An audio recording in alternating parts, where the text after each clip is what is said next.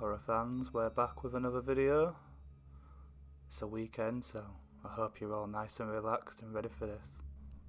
Let me start off this tale with a small backstory.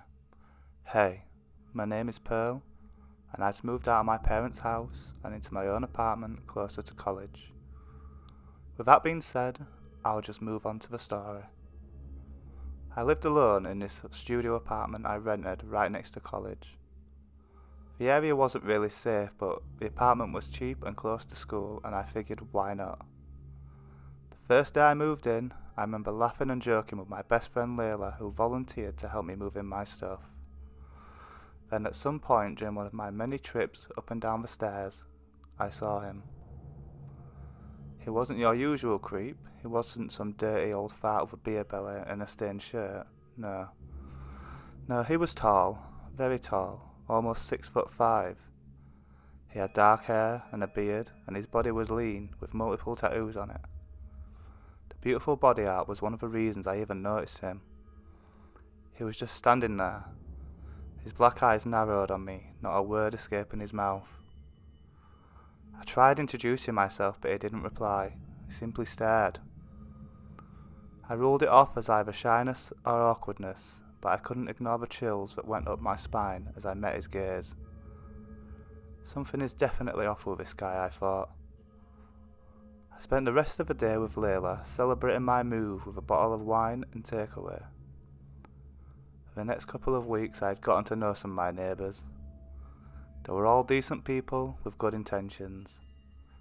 I had asked about the man with the tats to an art major who lived on the second floor named Tracy. "You mean Calvin?" "Yeah, he's the creepiest person I've ever met. Someone so hot he's so scary."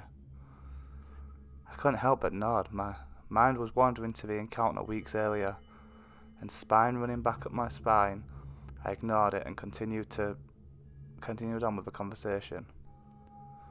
It's been a month since I moved in, and I had gotten a new job after school that kept me busy till late at night, almost 2 a.m, and surprisingly, when I ascended the stairs late at night to my apartment, Calvin was always in front of his, watching me with black, blank eyes.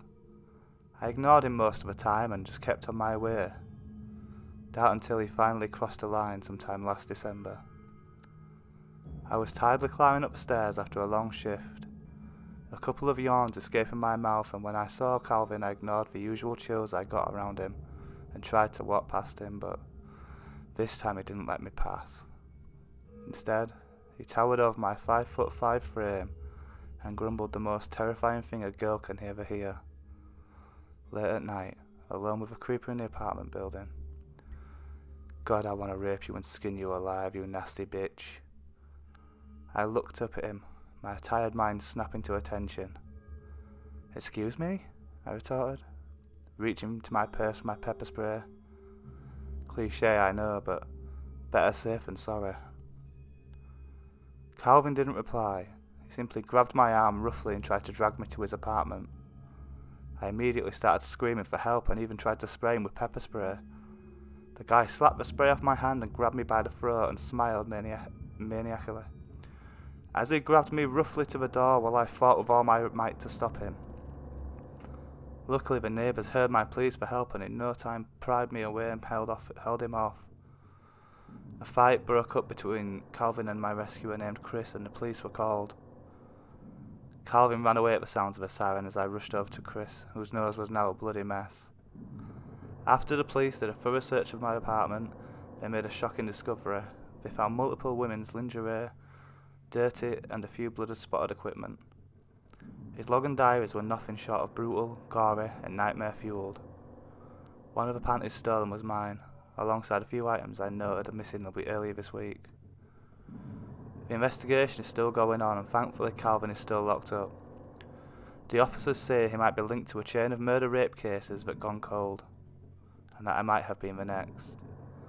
It's safe to say that I'm refusing to sleep alone in that apartment. Well, that was certainly a very realistic and creepy tale there. The next is a bit more far-fetched, but all the more creepier for it. If you are enjoying this video so far, jump down in the comments and let me know. A like and subscribe are always appreciated. Without further ado, let's continue with the tale of the evening.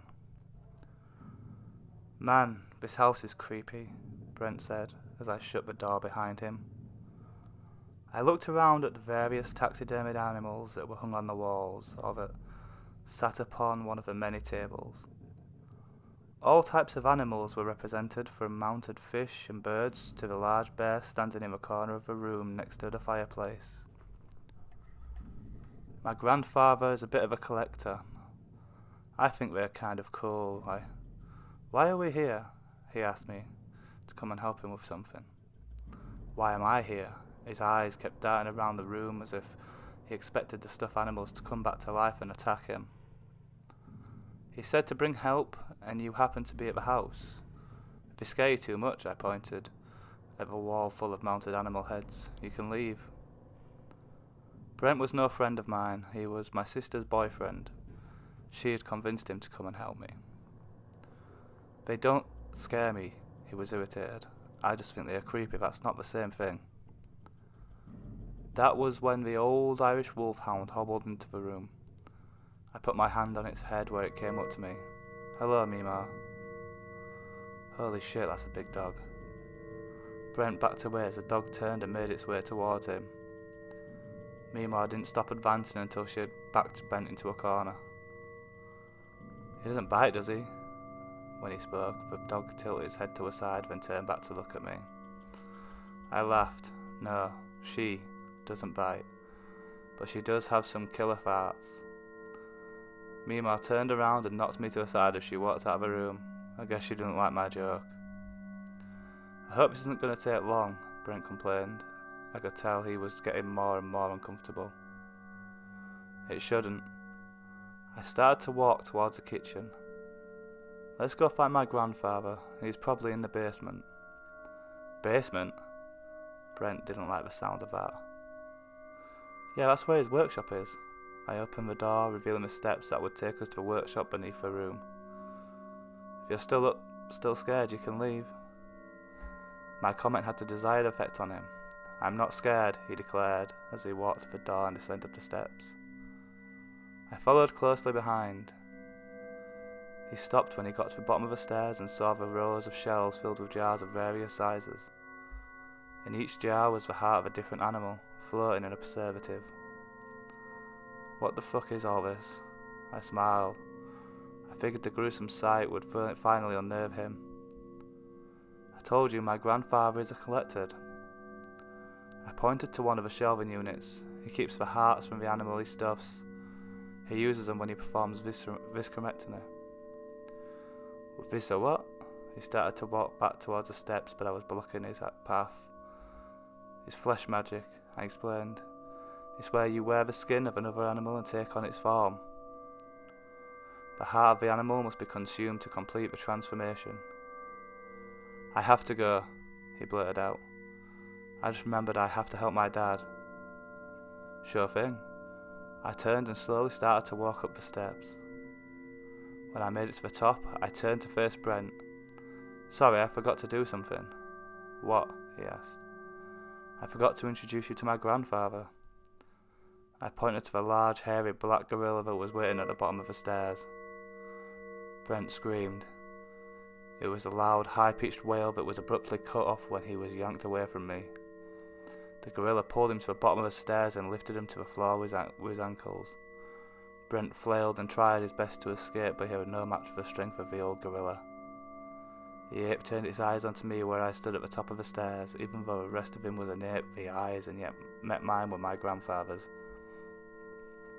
I nodded my head, giving a confirmation. When its free hand, it wrapped its long fingers around Brent's head and gave it a violent twist. His neck snapped like a toothpick. The gorilla gently lowered the limp body to the floor and began to drag it further into the basement. I descended the steps and followed behind it. I waited until the gorilla placed Brent's body on the work table before approaching. That was awesome, Peepaw. A gorilla was the last thing I was expecting you to become.